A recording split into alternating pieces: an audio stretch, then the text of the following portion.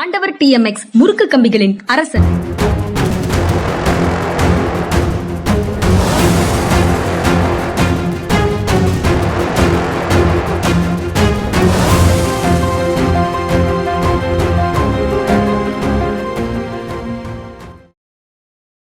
வணக்கம். இது மனிதா மனிதா சார். வணக்கம் சார். வணக்கம்ங்க. வணக்கம் சார். நேற்று கள்ளக்குறிச்சியில் சில நலத்திட்டங்களை செயல்படுத்திட்டு வேறு சில அறிவிப்புகளையும் செய்துட்டு முதலமைச்சர் பேசும்போது தமிழ்நாட்டில் மதவாத சக்திகளுக்கு இடமில்லை, மக்கள் தங்களுடைய வாக்குகள் மூலமாக மதவாத சக்திகளை விரட்டுவார்கள் அப்படின்னு பேசியிருக்கிறாரு. எல்லா மதங்களும் சம்மதம் அப்படிங்கிற தமிழ்நாட்டினுடைய ஒற்றுமை, தமிழ்நாட்டின் நல்லிணக்கம், இதுதான் மதவாத அரசியல் செய்து மக்களை பிளவுபடுத்த நினைக்கும் பாஜகவின் கண்களை உறுத்துது அப்படின்னு பேசுறாரு.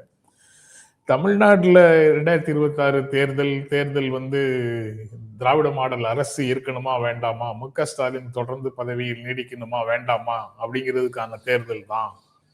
அதை பற்றி பேசாம திமுக எப்போதும் பாஜகவை பற்றி பேசுகிறது, மதவாத அச்சுறுத்தல்களை பற்றி பேசுகிறது, கூட்டாட்சி பிரச்சனைகளை பற்றி பேசுகிறது அப்படின்னு ஒரு விமர்சனத்தை நம்முடைய பத்திரிகையாளர்கள், அரசியல் விமர்சகர்கள் இவங்கெல்லாம் வைக்கிறாங்க சார். இந்த பிரச்சாரமும் அந்த மாதிரி வகையில தான் இருக்கா? தமிழ்நாட்டின் மதவாத சக்திகளுக்கு இடமில்லை அப்படின்னு சொல்றது, அதனால் அந்த வகையில தான் இருக்கா? கற்பனையான குற்றச்சாட்டுகளாக இது பார்க்கணுமா, இல்ல உண்மையிலேயே அப்படி ஒரு அச்சுறுத்தல் இருக்கிறதாக பாக்குறீங்களா? எப்படி சார்? நம்முடைய நண்பர்களே என்ன சொல்றாங்க, தமிழ்நாட்டில் 2026 ஸ்டாலின் ஆட்சி திரும்பவும் வர வேண்டுமா இல்லையாங்கிறதான் பிரச்சனை நம்முடைய நண்பர்கள் சொல்றாங்க. ஸ்டாலினும் அதைத்தான் சொல்றாரு. என்னுடைய ஆட்சி வரக்கூடாதுங்கிறதுக்காக நேர்மை இல்லாத எல்லா வழியிலையும் இவங்க முயற்சி எடுக்கிறாங்க. சென்ட்ரல் கவர்மெண்ட்ல இருந்து எனக்கு அபிஷியலா தர வேண்டிய, சட்டப்படி தர வேண்டிய நிதிகளை மறுக்கிறார்கள். எங்களுடைய திட்டங்களை ஏற்றுக்கொள்ளாமல் இருக்கிறார்கள். மதவாத சக்திகளை இங்கு புகுத்தி குழப்பத்தை ஏற்படுத்த முயல்கிறார்கள். இது எல்லாத்துக்கும் அடிப்படை காரணம் என்னன்னா, இவங்க என்னுடைய ஆட்சி, திராவிட ஆட்சி மறுபடியும் வந்துடக்கூடாதுன்னு நினைக்கிறாங்க. அதுதானே இவரும் சொல்றாரு. இவர் சொல்றதுல என்ன தப்பு இருக்கு? ஆனா பாரதிய ஜனதா கட்சியை மையப்படுத்தி பாஜக தான் தமிழ்நாட்டில் இன்சிக்னிபிகண்டா தானே இருக்கு. அப்புறம் எதுக்கு அதுக்கு இவ்வளவு முக்கியத்துவம் அப்படின்னு சொல்றாங்க. ஏன்னா அவங்க மனசுக்குள்ள ஒரு விஷயம் தெரியுது சார். ஒன்றிய அரசு செய்வது எதுவும் சரியில்லைங்கிறது அவங்களுக்கே தெரியுது. அதை ஏன் திமுக பேசுதுங்கிறது தான் அவங்க பிரச்சனையாக இருக்குதே தவிர ஒன்றிய அரசு ஏன் இப்படி செய்யுதுங்கிறது அவங்க பேசுறதாக தெரியல. கண்ணதாசன் எழுதின கடவுள் ரேஞ்சுக்கு போயிட்டாங்க பிஜேபி. பூஜ்ஜியத்துக்குள்ளே ஒரு ராஜ்யத்தை ஆண்டு கொண்டு புரியாமலே இருப்பான் ஒருவன், அவனை புரிந்து கொண்டால் அவன்தான் இறைவன் சொன்னாரு. இவங்க பூஜ்ஜியத்துக்குள்ளே ஒரு ராஜ்யத்தை ஆண்டு கொண்டு புரியாமலே இருக்கும் ஒரு கட்சி, அதை புரிந்து கொண்டால் அதுதான் பிஜேபி. இதுதான் இன்னைக்கு நடக்கிறது.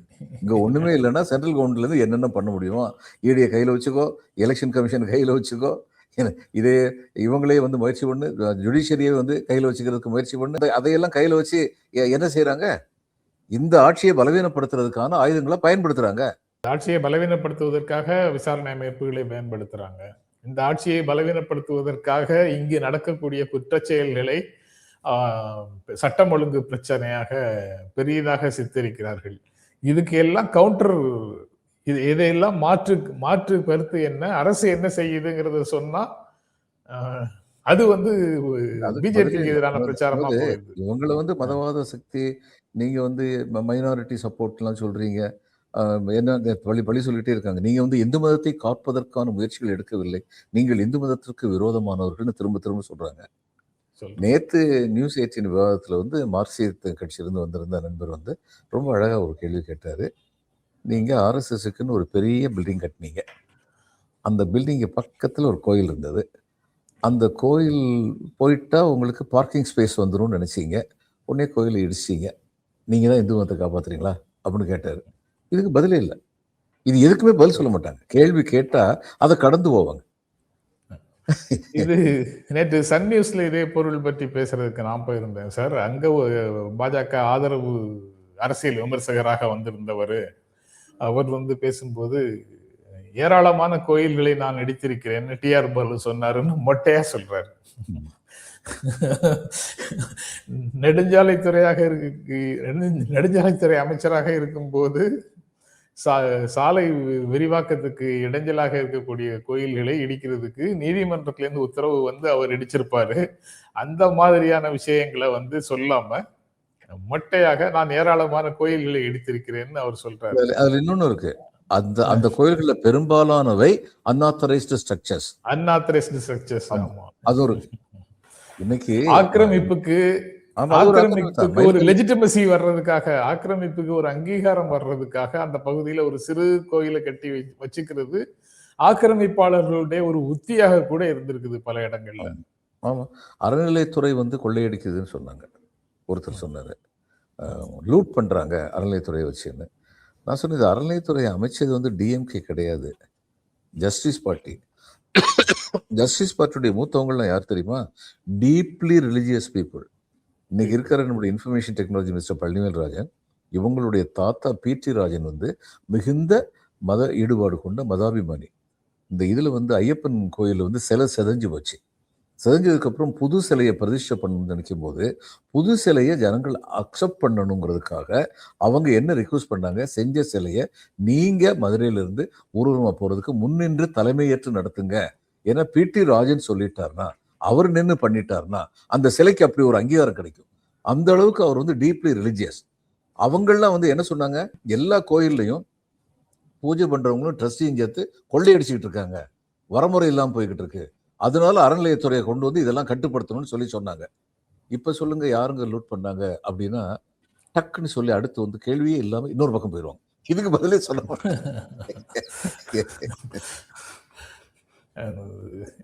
எல்லாரையும் ஆன்மீகத்தில் ஈடுபாடு கொண்டவர்கள், அவர் சத்தியவேல் முருகனாராக இருக்கலாம், அல்லது சுகி சிவம் சொற்பொழிவாளராக இருக்கலாம், அந்த மாதிரி ஆன்மீகத்தில் ஈடுபாடு கொண்டவர்கள் சில நியாயங்களை, சில வரலாற்று உண்மைகளை பேசிட்டாங்கன்னா அவங்களையும் இந்த 200 ரூபாய் ஓபி அப்படிங்கிற லெவலுக்கு தான் சார் பேசுறாங்க. அப்படித்தான் குற்றச்சாட்டுகளை முன்வைக்கிறாங்க.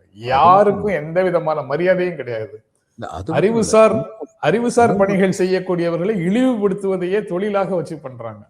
இல்லைங்க, 200 ரூபாங்கிறது கேவலம். அதை விட கேவலம் என்னன்னா, இத்தனை நாட்களாக ஆன்மீக சொற்பொழிவாற்றின சுயசிவத்தை அவர் இந்த மாதிரி ஒரு கருத்து சொன்ன உடனே, சீர்திருத்த கருத்து ஒன்று சொன்ன உடனே உடனடியாக வந்து என்ன சொன்னார், ஒரு ஆன்மீக பெரியவருடைய தன்னை அழைத்துக் கொள்வார், அது ஒரு சூத்திரம் சொன்னால் அதெல்லாம் பெருசாக எடுக்க வேண்டியதில்லை அப்படின்னு சொன்னார்.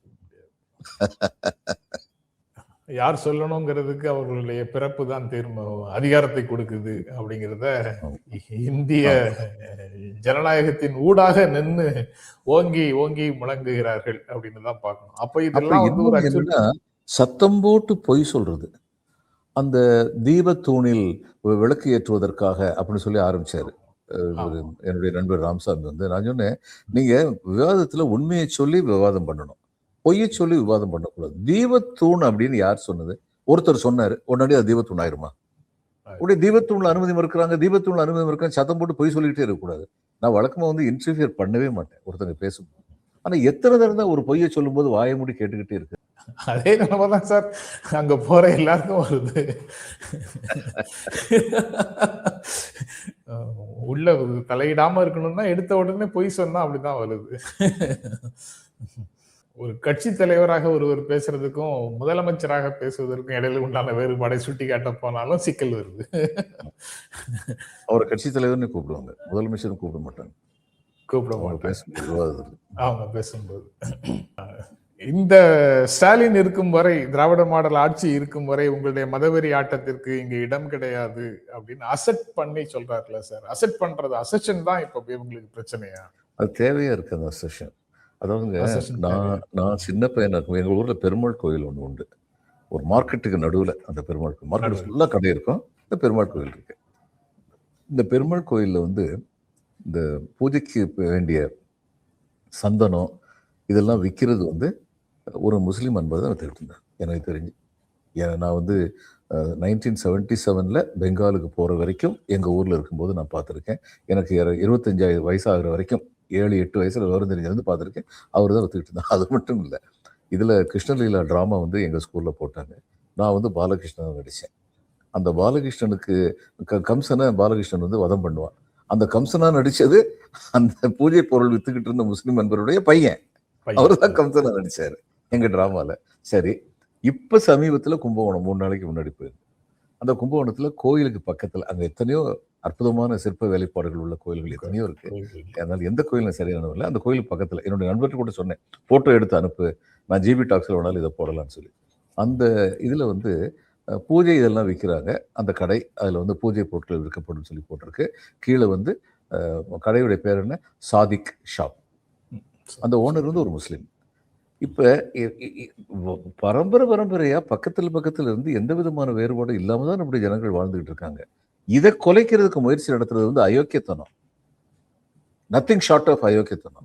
இந்த இதுல வந்து நான் சொன்னேன்ல, பெங்களூர்ல வந்து கர்நாடகாவில் வந்து என்ன பண்ணாங்க, முஸ்லீம்களுக்கு கடை வைக்கக்கூடாது, பொருளாதாரத்தை அடி, மதத்தின் அடிப்படையில் ஒருத்தருடைய பொருளாதாரத்தை சிதைச்சிடுறது, இது மாதிரியான முயற்சிகள்லாம் எந்த விதத்துல நியாயம்? இது சாதாரணமாக இது போன்ற விஷயங்கள் எல்லாம் இயல்பாக கடந்து போற ஒரு மனநிலையில தான் நாம பொதுவாக இருக்கிறோம்.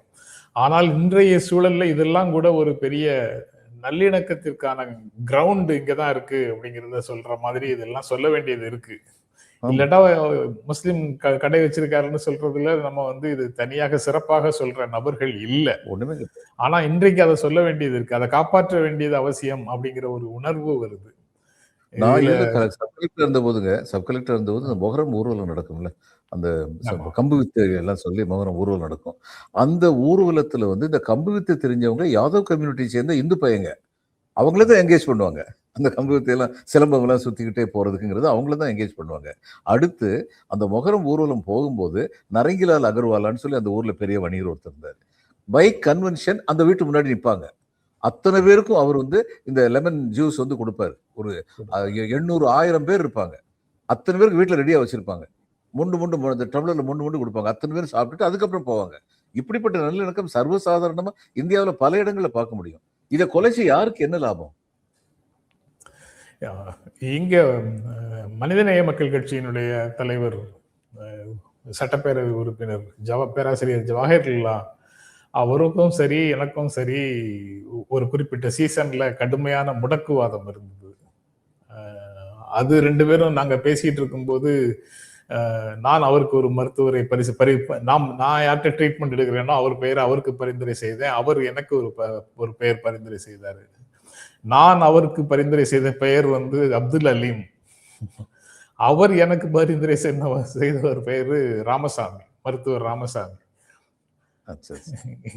ஆனா இன்றைக்கு வந்து இந்த மாதிரி விஷயங்கள்லாம் கூட சிக்கலாகுது. பேஷண்ட் யாரு, டாக்டர் யாரு அப்படிங்கிறது வரைக்கும் பாக்குறாங்க. அப்படி ஒரு உணர்வை இன்ஜெக்ட் பண்றாங்க, விஷ உணர்வை இன்ஜெக்ட் பண்றாங்க எல்லா சமூக மக்கள் மத்தியிலையும். இன்னொன்னு சொன்னாங்க நேற்று விவாதத்துல, ஓட் பேங்காக வேண்டி ஒரு சிறுபான்மையினர் சப்போர்ட் பண்றாருன்னு. நாங்க கிட்ட சிறுபான்மையினர் மெஜாரிட்டி ஓட்டாவா இருக்காங்க, அவங்கள சப்போர்ட் பண்ணியா ஜெயிக்க முடியும்? என்ன வாதம் இதெல்லாம்? நீங்க தானே இந்துத்துவான்னு எல்லா இந்துக்களையும் ஒன்னா கூடணும், இந்துக்கள்ங்கிற அடிப்படையில் ஓட்டு போடுங்க, நாங்க 80 நீங்க 20 நீங்க தானே சொல்றீங்க. அதாவது இடுகாட்டுக்கு அதிகமாக முக்கியத்துவம் கொடுக்க மாட்டோம், சுடுகாட்டுக்கு தான் முக்கியத்துவம் கொடுப்போம் அப்படின்னு கம்யூனலைஸ்டு வாக்குறுதிகளை தேர்தலில் கொடுக்கறதுல இருந்து எல்லா மாநிலங்களையும் நம்ம பார்த்துட்டு தானே சார் இருக்கோம். அது ரொம்ப ரொம்ப அப்பட்டமாக வெளியில வந்தது, உங்ககிட்ட 2 மாடு இருந்தா 1.5 புடுங்கிட்டு போயிடுவாங்க, அவங்களுக்கு புடுங்கி கொடுத்துருவாங்க அப்படின்னு சொன்னது. அது ரொம்ப கீழ்த்தரமா இருக்கு. அந்த நாட்டுடைய பிரதம மந்திரியாக பதவி வைக்கும் ஒருவர் அப்படி பேசவே கூடாது.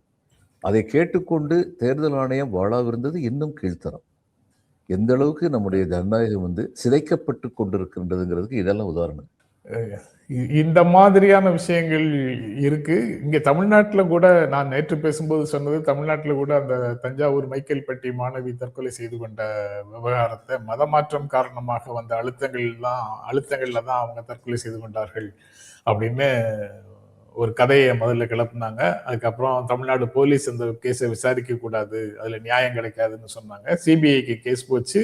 சிபிஐ வந்து அந்த மதமாற்றம் தொடர்பாக எந்த விதமான பிரச்சனையும் அதுக்குள்ள இல்லை, அவங்க தற்கொலை செய்து கொண்டது தனிப்பட்ட காரணங்களுக்காக அப்படின்னு சிபிஐ சொல்லி முடிச்சிடுச்சு. அதை திருப்பூர்ல மணிகண்டன் ஒருவர் வந்து தற்கொலை செய்து கொண்டதையும் வேறு மதத்தை சார்ந்தவர்கள் அவருக்கு வேறு சில அழுத்தங்களை கொடுத்தாங்க.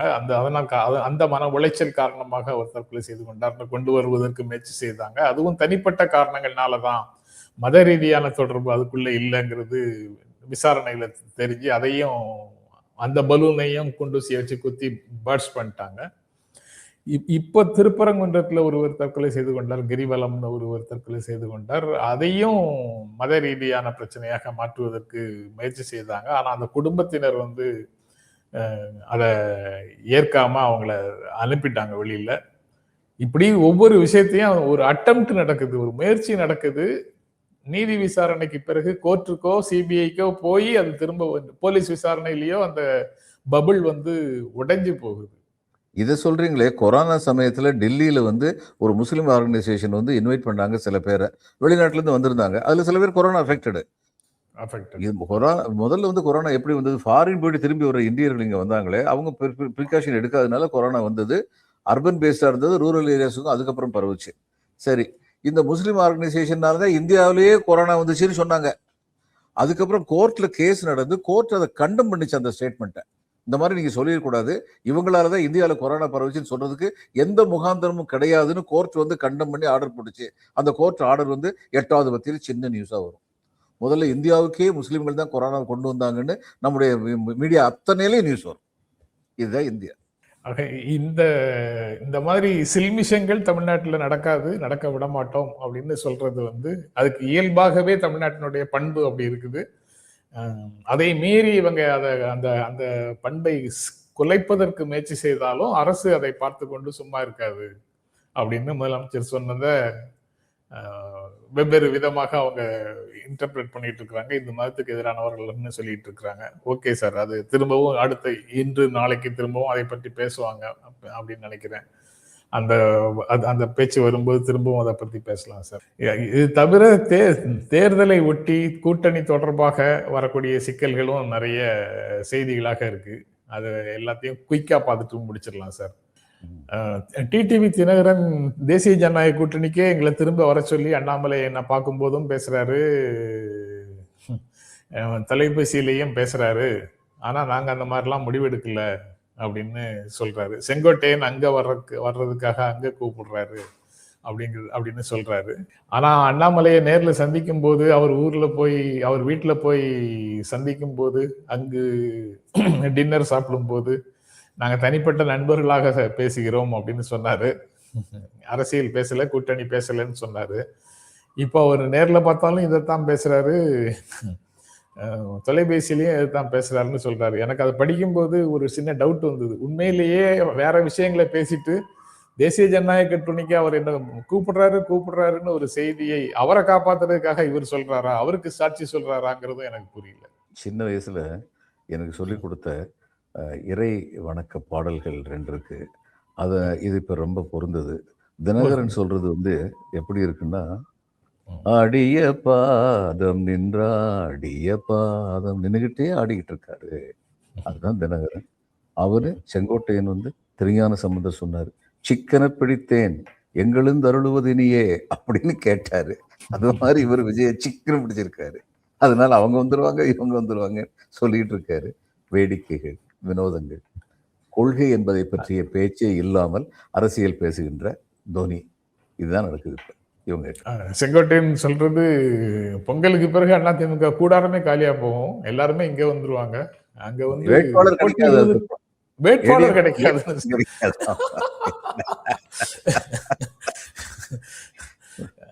எந்த எக்ஸ்ட்ரீமுக்கு வேண்டுமானாலும் போய் பேசுறதுக்கு ரெடியா இருக்கிறாங்க. அது உதயகுமார் ரொம்ப கோபத்தோட செங்கோட்டையன்ட்டு, போறதுன்னா போங்க, எதுக்கு எங்களை எல்லாம் திரும்ப திரும்ப கூப்பிட்டு இருக்கீங்க? நீங்க போறதுன்னா போயிட்டு வந்துருங்க, போங்க. இங்க இருந்து அவர் வராரு இங்க வராருன்னு ஏன் சுரண்டிக்கிட்டே இருக்கீங்க எங்களை அப்படின்னு இருக்காரு. இதற்கு அண்ணாமலை கேட்கிறாரு. அப்புறம் இவரு விஜய் வந்து இந்த போராடிய பெண்ணிடம் நின்று ஏன் பேசவில்லை, உங்க கட்சி உறுப்பினர் தானே, அவங்க இன்றைக்கு தற்கொலை முயற்சிக்கு போயிட்டாங்கல்ல, நீங்க நிறுத்தி பேசி இருந்தால் இதெல்லாம் தவிர்த்திருக்கலாம் அப்படிங்கிற மாதிரி ஒரு கேள்வியை சரத்குமார், பாரதிய ஜனதா கட்சியினுடைய தலைவர்களில் ஒருவர் சரத்குமார் ஒரு கேள்வியை முன்வைக்கிறாரு. காரை நிறுத்தி அஜித்தாட்ட பேசாத விஜய் ஒரு தலைவரா அப்படின்னு ஒரு கேள்வி கேட்கிறாரு. நீங்க சரத்குமார் ஃபேனா? ஏன் சார் அது ஒரு செய்தியாக எடுத்ததுக்காக கேக்குறீங்களா? இல்ல பாரதிய ஜனதா கட்சியின் தலைவர்களுள் ஒருவரான்னு சொல்லி சொல்றீங்க. தலைவர்களில் ஒருவர். ஆமா சார். ஒரு அவங்களே கட்சியையே ஒரு கட்சியையே மெர்ஜ் பண்ணிட்டாரே சார் அங்க. பண்ணாரு. அவருக்கு என்ன ஆமா. கிடைச்சது? இந்த இதுல ஒண்ணு சொல்லுவாங்க, ஒரு பழமொழி சொல்லுவாங்க. "என்னப்பட்டினமே கொல்ல போகும்போது எனக்கு கிடைச்சது தகர டப்பா" அப்படின்னு ஒருத்தர் வந்து நொந்துக்கிட்டாராம். அது மாதிரி தான் சரத்குமார் பொசிஷன் ஆக்கி வச்சிருக்காங்க. சரத்குமார் கேட்ட கேள்வி வந்து சரியான கேள்வி. எம்ஜிஆர் அப்படி செய்ய மாட்டார். இப்ப எம்ஜிஆர் சொல்றாங்களே, எம்ஜிஆர் அப்படி செய்ய மாட்டார். உடனடியா நிப்பாட்டிடுவார். வண்டிய நிப்பாட்டிடுவார். நிப்பாட்டி பேசிடுவார். பல சமயங்கள்ல வந்து உங்க இதுல வந்து அவருடைய அம்மாவுடைய ஒரு கோயில் வச்சிருந்தார் வாசல்ல எம்ஜிஆர் வந்து அம்மாவுக்கு. வெளியில போகும்போது அந்த ஒரு நிமிஷம் நின்னு அம்மாவை கும்பிட்டு அதுக்கப்புறம் தான் போவாரு. அந்த இதுல ஒரு அம்மா வந்து நின்னுகிட்டு இருந்தது. மஞ்சப்பை வச்சுக்கிட்டு நின்னுட்டு உட்காந்துக்கிட்டு இருந்தது. காலையில எம்ஜிஆர் போகும்போது எந்திரிச்சு நின்னுச்சு. அதுக்கப்புறம் உட்காந்துருச்சு. சாயந்தரம் திரும்ப வர்றாரு. இவரை பார்த்தோம் அதே அம்மா அங்க இருக்கு. எந்திரிச்சு நின்னுச்சு, உட்காந்துருச்சு. உடனே இவர் கூட இருந்த வீரப்பன்னு யார்ட்டையும் சொல்றாரு, நம்ம அம்மாவுக்கு ஏதோ வேண்டியிருக்கு நம்மகிட்டன்னு சொல்லி சொல்றாரு. உடனே அவர் சொல்றாரு, அண்ணே உங்களை பார்க்கறதுக்குன்னு சொல்லி தவம் கிடக்கிறது தமிழ்நாட்டில் லட்சக்கணக்கான தாய்மார்கள் இருக்காங்க. அதுல ஒருத்தங்களா தான் இருப்பாங்க. இல்ல அவருக்கு ஏதோ தேவைப்படுது அவங்களுக்கு நினைக்கிறேன். அவங்களை கூப்பிடுங்க. கூப்பிட்டு கேட்டா அந்த அம்மா சொல்லுது, எனக்கு ஒரே ஒரு பேத்தி இருக்கா. என் பொண்ணு இறந்து போயிட்டா. இப்போ அவங்க அப்பாவும் இறந்து, பொண்ணோட என் மாப்பிள்ளையும் இறந்து போயிட்டாரு. இந்த பொண்ணு வந்து நர்சிங் படிக்கணும்னு சொல்லி ஆசைப்படுறா. அதுக்கு எனக்கு வசதி இல்லை. அவதே இப்போ எனக்கு ஆக்கி போட்டுக்கிட்டு இருக்கா. அதனால அவர் நர்சிங் படிக்கணும். இது குமுதத்தில் ரொம்ப விவரமாக எழுதியிருந்தாங்க. அந்த எம்ஜிஆர் நினைவு நாளில் வந்து அவர் இறந்த அடுத்த ஆண்டுன்னு நினைக்கிறேன். அப்போ இவர் வந்து கேட்டிருக்காரு, ஆமா அந்த பொண்ணு தான் உங்களுக்கு ஆக்கி போட்டுக்கிட்டு இருக்குன்னு சொல்றீங்க. அப்புறம் அந்த பொண்ணு நர்சிங்னு வெளியூர் போயிட்டா நீங்க என்னமா பண்ணுவீங்க அப்படின்னு. அந்த அம்மா, நம்ம பொழப்பு முடிஞ்சு வச்சியா, நம்ம இருந்தா என்ன செத்தா என்ன, பேத்தி நல்லா இருக்குன்னு. இந்த மாதிரி உண்மையான அன்பை கேட்கும் போதெல்லாம் எம்ஜிஆர் கண்ணீர் வந்து, ஏன்னா பாசத்துக்கு ஏங்குற ஒரு மனிதன். அதனால உடனே சொல்லியிருக்காரு, சரி நான் பார்த்துக்கிறேன்னு சொல்லிட்டு இந்த மாதிரி டிப்ளமா கோர்ஸ் படிக்கணும்னு சொல்லியிருக்கு நர்சிங்க்கு. இவர் அந்த அவர் எம்ஜிஆர் வந்து விசாரிக்க ரொம்ப டீப்பாக விசாரிப்பார். இன்னும் நல்ல ஒன்று என்னன்னா, தானம் கொடுத்துட்டு போயிட மாட்டார். அந்த தானம் ஒழுங்கா யூட்டிலைஸ் ஆச்சான்னு சொல்லி செக் பண்ணுவார். அந்த மாதிரியான டைப். அப்போ அவர் வந்து அந்த ஹெட் மாஸ்டர்கிட்ட போய் கேட்டார். ஃபோன் பண்ணி கேட்டதுக்கு அவரும் சொல்லியிருக்காரு, ஆமாம் சார் பொண்ணு நல்லா படிக்கிற பொண்ணு தான் அப்படின்னு சொன்ன உடனே இவர் வந்து பிரின்சிபலுக்கு ஃபோன் பண்ணி அந்த ஹெட் மாஸ்டர் சொன்ன விவரத்தில், டிப்ளமா கோர்ஸ் பண்ண வேண்டாம், பிஎஸ்சி நர்சிங் இந்த பொண்ணு படிக்கட்டும் இதுல வெள்ளூர்ல அப்படி சொல்லி டிசைட் பண்ணிட்டு அதோட நிக்கல. அந்த ஹெட் மாஸ்டர்கிட்ட எனக்கு நீங்க ஒரு ஹெல்ப் பண்ணணும், இந்த ஃபீஸ் எவ்வளவு ஆகுன்னு சொல்லி கேட்டு அந்த ஃபீஸ் எல்லாம் நான் உங்ககிட்ட அனுப்பி வைக்கிறேன். அந்த பொண்ணுக்கு வந்து உடனடியாக அட்மிஷனுக்கு நான் ஜிப்ன்ற இதுல பேசுறேன், வெள்ளூர்ல பேசுறேன். நீங்க வந்து அவங்களுக்கு வந்து பணத்தை வந்து நீங்க வந்து அனுப்புறதுக்கு ஏற்பாடு பண்ணிடணும். ஒண்ணு. அடுத்து வந்து அவர் சொல்லியிருக்காரு, சப்போஸ் 7,000 சொல்லியிருக்காருன்னு வைங்க. இவர் சொல்லியிருக்காரு, நான் 7,500 அனுப்புறேன். உடனே மறுபடியும் ஹெட் மாஸ்டர் கரெக்ட் பண்ணியிருக்காரு, சார் 7,000 தானே. அவங்க 7,000 காலேஜுக்கும் ஹாஸ்டலுக்கும், அந்த பொண்ணு போயிட்டு வர்றதுக்கான செலவு யாருங்க கொடுப்பாங்க? வருஷத்துக்கு ஒரு செட்டாவது புது ட்ரெஸ் வாங்க வேண்டாம் அந்த பொண்ணு.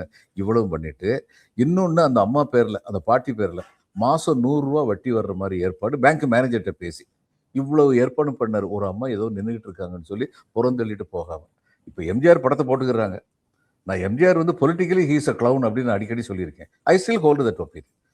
தன்னுடைய மாநிலத்தின் முதல்வராக இருந்துகிட்டு ரத்தத்தின் ரத்தங்கள் அனைவரும் சொந்தத்தில் கத்தி வைத்துக் கொள்ள வேண்டும் ஒருத்தர் பேசுவார்னா, I will only treat him political clown. ஆனா மனிதாபிமானம்னு சொல்லி பார்க்கும்போது அவருக்கு அந்த அளவுக்கு பாப்புலாரிட்டி இருந்தது காரணம் அவர்கிட்ட இருந்த மனிதாபிமானம் உண்மையானது. இது இவங்களுக்கு எப்ப தெரிய போகுது? விஜய்க்கு எப்ப தெரிய போகுதுன்னா, தெரியுமா, என்னைக்காவது தெரியுமாங்கிற கேள்வி சார். அதுக்கு ஒரு ஓப்பன்னஸ் வேணும்ல சார். அந்த ஓப்பன்னஸே இருக்கிற மாதிரி தெரியல. கண்டிப்பா.